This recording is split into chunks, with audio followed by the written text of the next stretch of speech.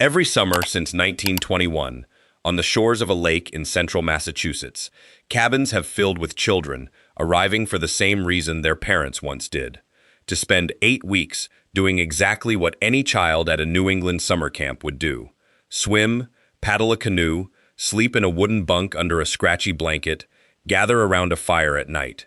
Camp Atwater is documented as the oldest continuously operating African-American summer camp in the United States, and understanding why it exists at all means understanding what most American children's institutions of its era did not offer black families: a place.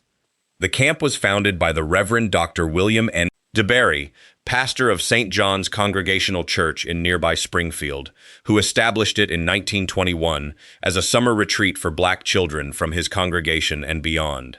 At the time, the residential camps scattered across the lakes and forests of New England, camps that gave white children exactly this kind of summer, were, with few exceptions, closed to black families.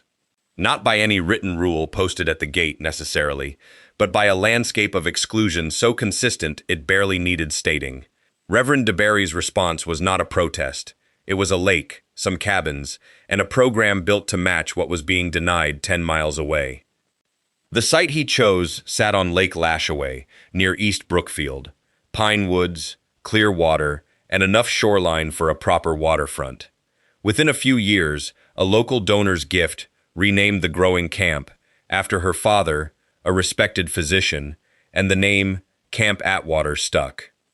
But the physical setting was never really the point. What Reverend DeBerry was building was something the surrounding landscape of American summer camping had made unavailable by design: a lakeside childhood run by and for a community that understood exactly what its children were missing and exactly what they deserved instead. Getting to camp was, in itself, an act of community organizing. Children came from Springfield, from Hartford, from Boston, and from as far as New York City, and they didn't simply show up. They were gathered, ticketed, and chaperoned through a network of black churches, the Urban League, and civic clubs that treated a summer at Atwater as a shared community project rather than a private family errand. A church might sponsor a child's fees. A women's club might organize the train car. By the time a young camper stepped off at the station nearest the lake, dozens of adults across several cities had already had a hand in getting them there. For the child himself, that first arrival carried the same universal shock that any camp-bound 8-year-old feels: the strange quiet of pine woods after a city block, the cold shock of lake water, a bunk that wasn't his own bed, and the particular ache of a first night away from his mother. Camp records and alumni accounts describe homesickness as common and unremarkable, handled by counselors who had felt exactly the same thing themselves not many summers before. What made this arrival different from a white child's arrival at a camp in the same county was not the ache of leaving home. It was the fact that this particular lake, these particular cabins, had been built by people who understood that ache, and had built the place specifically so a child like him could feel it, safely, surrounded by his own community. The camp itself, in its physical bones, was ordinary, deliberately so. Wooden cabins scattered under pine cover, a dining hall, a scatter of playing fields, and the lake itself, with its small island, a short paddle from shore. One of the original cabins, according to camp records, dated back to the 18th century and housed the very first group of campers in 1921, a detail that ties the property to a much older New England, long before it became a haven for black children from the region's cities. Reverend DeBerry's thinking, as camp histories describe it, was not complicated. Black children deserved the same outdoor summer that white families were already providing theirs at private camps across the Northeast. The same swimming lessons, the same canoe trips, the same campfire nights. He wasn't inventing a new kind of childhood.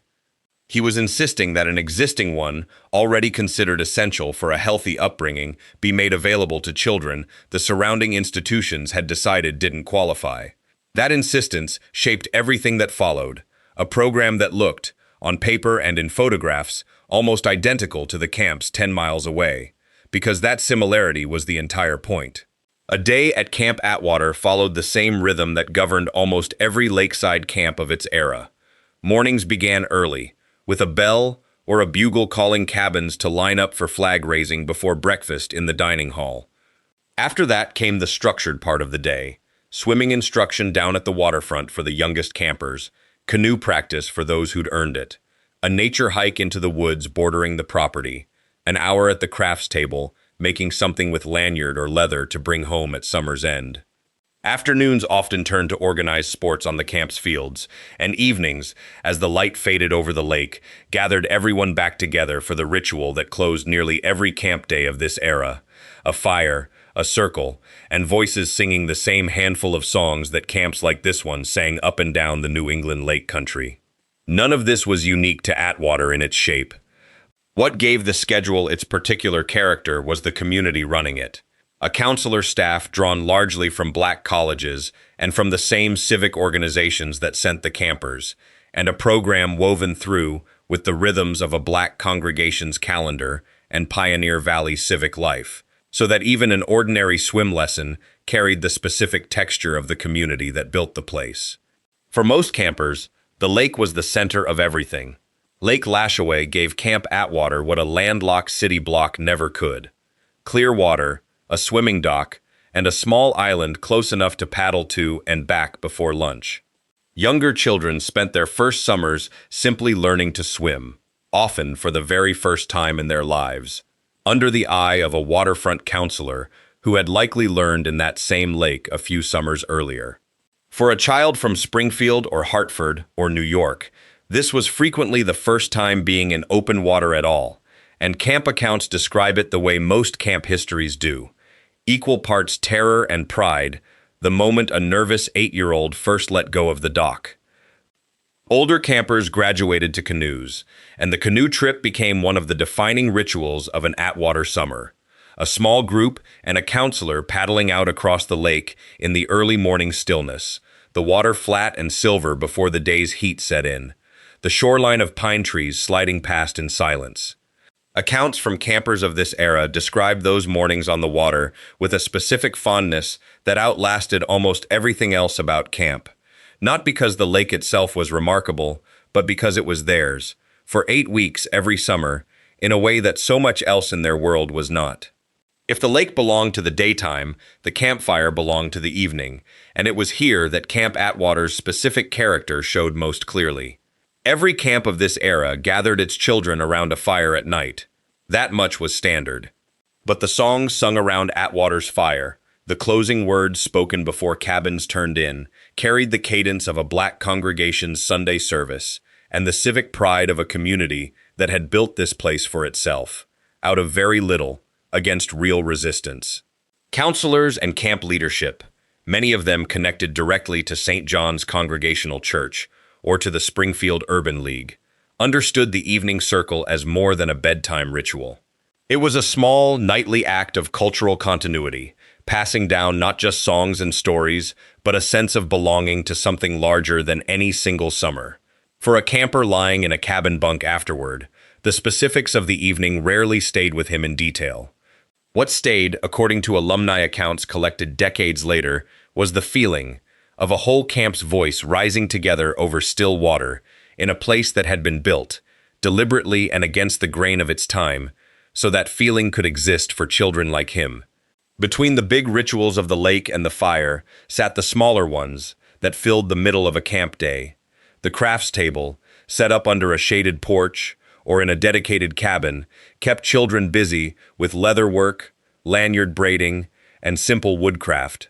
Modest projects, but ones meant to travel home at the end of the summer as proof that something had been made, learned, and kept. Organized games and team sports filled the open fields between activities, the kind of low-stakes competition that, summer after summer, quietly built the friendships campers would describe decades later as some of the most important of their lives. And then there was the mail. Once a day, names were called out at the dining hall or the flagpole, and a letter from home, or the absence of one, could shape a camper's entire afternoon. For children whose parents and grandparents had organized their very trip to camp through church networks and civic clubs, that daily mail call was a quiet reminder that the community sending them here hadn't let go. It had simply extended itself, for 8 weeks, across the distance to a lake in central Massachusetts. Look at a photograph from an Atwater summer in this era. Children in swimsuits lined up at the waterfront, a canoe crew posed for the camera, a cabin group grinning over a dining hall table, and in its physical content, it is nearly indistinguishable from a photograph taken the same summer at a private camp on a lake just a few counties over. Same wooden docks, same striped swimsuits, same squinting smiles into the sun. The difference is not in the frame. It's in the faces within it, and in the knowledge of exactly why those particular faces required their own separate photograph in the first place. Former campers, when asked to describe what Atwater meant to them, tend to reach for the same language camp alumni everywhere use. The first taste of independence from family, the friends made in a cabin that somehow lasted a lifetime, the specific outdoor skills that stuck. But accounts from Atwater alumni consistently add something white camp alumni never had to mention: the experience, for one summer after another, of belonging fully to an institution built by people who looked like them and understood them, in an era when almost nothing else in American civic life offered that. In a country still organized around their exclusion, that was not a small thing to give a child. None of this ran on its own. Behind every canoe trip and every campfire song sat an institutional network that camp histories describe as essential to Atwater's survival and identity. Black churches across New England providing campers and funding, the Urban League coordinating logistics and legitimacy, black women's clubs and fraternal orders raising money and sending their own daughters and sons. The camp director's job in this context was never just program administration. It was a position of community leadership, filled by someone trusted to represent an entire network's investment in the well-being of its children. For the families who sent a child to Atwater, the decision carried a weight beyond the ordinary calculus of a summer plan. It meant the usual things any parent considers: a child's health, growth, and happiness over 8 weeks away. But for a black family in the 1930s, it also meant something more pointed: a deliberate statement about what their children deserved, made in the face of a country that too often suggested otherwise, and a practical answer to the fact that the camps offering these exact benefits to white children simply would not open their gates. Trusting a child to Atwater's black counselors and black leadership was, at once, a personal choice and a civic one, an act of faith in an institution built entirely by and for people who understood exactly what was at stake. For all it accomplished, Camp Atwater operated under real constraints that its white counterparts, drawing on wealthier communities, simply didn't face in the same way. The churches, clubs, and civic organizations funding the camp were themselves working with less accumulated wealth than the institutions bankrolling the elite private camps of the Northeast. And that difference showed up in smaller budgets, older buildings kept running a season longer than ideal, and fewer resources for the kind of capital improvements wealthier camps could take for granted. The cabins were comparable in type to any camp on any nearby lake, but they were built and maintained by a community with less margin for error. And the camp existed, always, inside a wider environment of explicit racial exclusion that it could not simply program its way around. The very reason Atwater was necessary, the closed gates of the camps 10 miles away, was not a historical accident the camp's founders could ignore or wish past. It was the founding condition of the institution itself, carried quietly in the background of even its most ordinary summer days. A canoe trip at Atwater was, in the fullest sense, still just a canoe trip. But it existed because an entire landscape of American recreation had been built, deliberately, to make sure children like these couldn't take one anywhere else. The last day of an Atwater summer followed its own quiet ritual, the same one that closes camp seasons everywhere. Trunks packed and dragged out onto cabin porches, addresses traded on scraps of paper, a final swim taken half out of habit and half because no one wanted to be the one who suggested skipping it. Counselors who'd been strangers in June were, by the final flag lowering, something closer to family, and the goodbyes at the bus or the train platform carried the particular ache of children who understood, even at 8 or 10 years old, that this exact group of people might never be in the same place again. Then, starting in the late 1950s, the wider landscape those goodbyes happened inside began, slowly, to shift. The civil rights movement and the legal dismantling of formal segregation put pressure on the private camps that had excluded black families for decades, and as those gates began, unevenly, gradually, to open, the specific mission that had brought Atwater into being started to change with it. The camp did not close. It did not need to.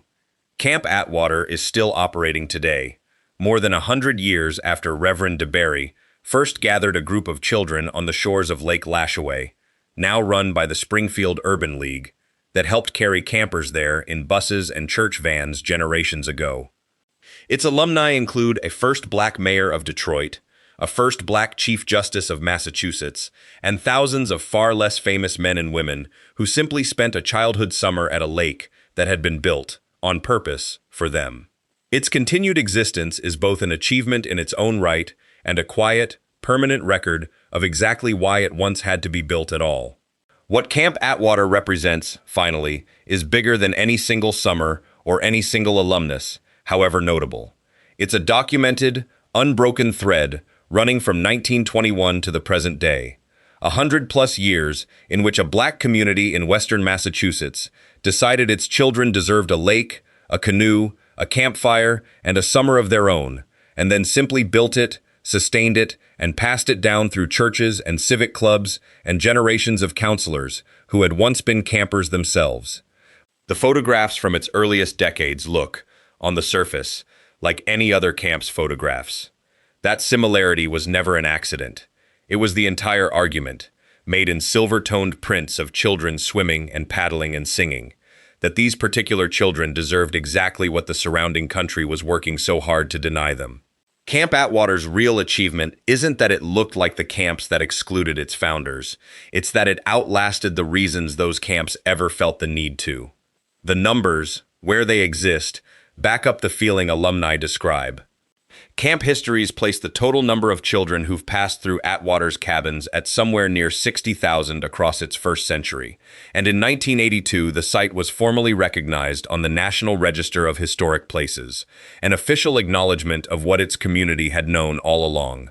Along the way, campers who once learned to swim in Lake Lashaway grew up to become, among many other things, a first black mayor of a major American city, a first black Chief Justice of a state Supreme Court, and an Oscar-winning costume designer, alongside tens of thousands whose names never made a headline, but who carry that same lake, that same fire circle, in memory all the same. The camp today holds accreditation from the American Camp Association, the same standard-setting body that certifies camps of every kind across the country. A small but telling sign that the program Reverend DeBerry insisted on building more than a century ago was never a lesser version of anything. It was always simply a summer camp, run to the same standard as any other. For children, the rest of the country had refused to see that way. It's worth remembering the people who made all of this possible and rarely got their names in any record. The counselors barely out of their teens who taught a nervous 8-year-old to swim. The church volunteers who filled a bus with trunks and excited children every June, and the parents who trusted a community they knew to give their kids a summer the rest of the country wouldn't. Right below this video, there's a subscribe button. Clicking it doesn't cost you anything, but it tells us stories like this one still matter to tell well. If the history of camps like Camp Atwater speaks to you, we'd love to have you along for more. And we're curious, did your family have a connection to a camp like this one? What's a single memory from a childhood summer that's never left you?